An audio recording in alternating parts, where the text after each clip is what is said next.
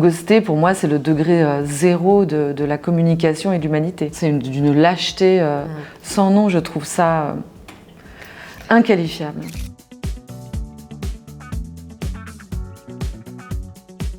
Il faut aussi accepter que l'autre ne fonctionne pas à votre tempo. Souvent, les nanas, quand elles ont un rencard qui se passe bien, elles veulent tout de suite être rassurées, il faut tout de suite un message, deux messages, et puis alors, pour le peu que le garçon il envoie un message le soir et un lendemain matin, tous les matins elles vont attendre ça, c'est très dangereux.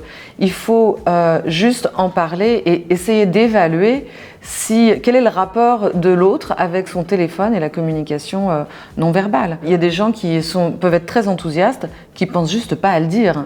Et puis il y en a d'autres qui vont vous arroser de SMS et qui n'en ont rien à faire parce qu'ils font ça, ils font du copier-coller à 4 nanas en même temps.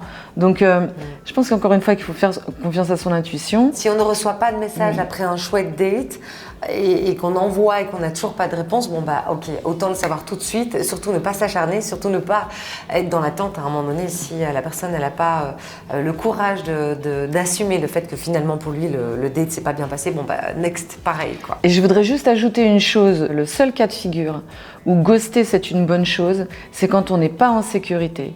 Si quand vous rentrez chez vous, vous avez peur de la personne avec qui vous avez eu un date, là vous ghostez et vous n'avez pas à vous justifier. Il n'y a rien, aucune leçon de bonne conduite qui ne justifie que vous mainteniez une relation où vous avez peur. Parce que ça, c'est ouvrir la porte à la violence. Et ça, c'est pas possible.